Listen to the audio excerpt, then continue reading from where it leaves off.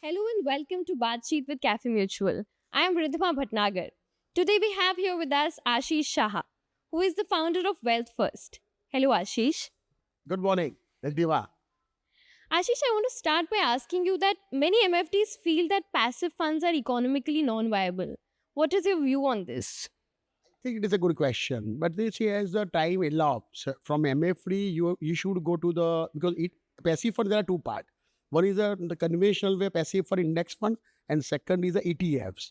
I think MF3 most of the people are conventionally traditionally we are buying and selling. Subscribing by the forms and all. So most of the index funds are there, and there is no loss of any revenue. Might be trail commissions, maybe less. In an ETF, obviously they need to another infrastructure. They have to empanel their, enroll their client with any stockbroker. And MFD itself, I think, should upgrade to have a stockbroker license.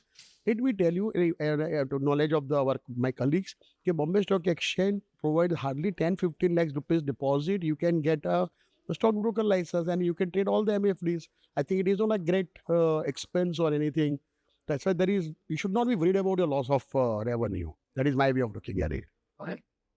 My next question to you is that who demands passives more, retail or HNI?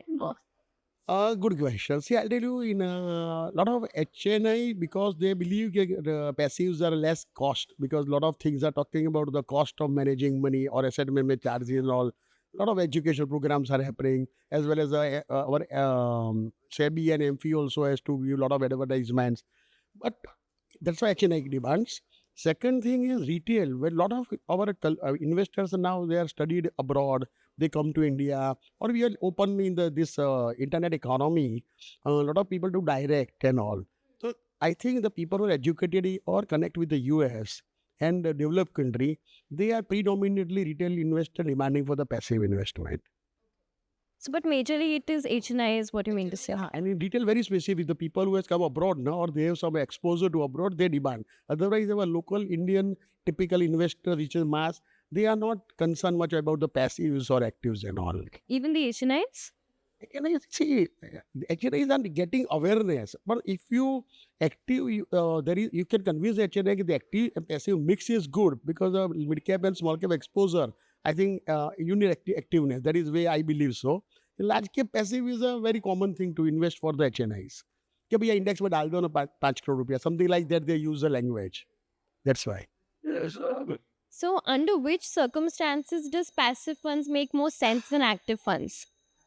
See, if you want to, there are two ways. One is some client who is absolutely risk averse. He has never invested into equity.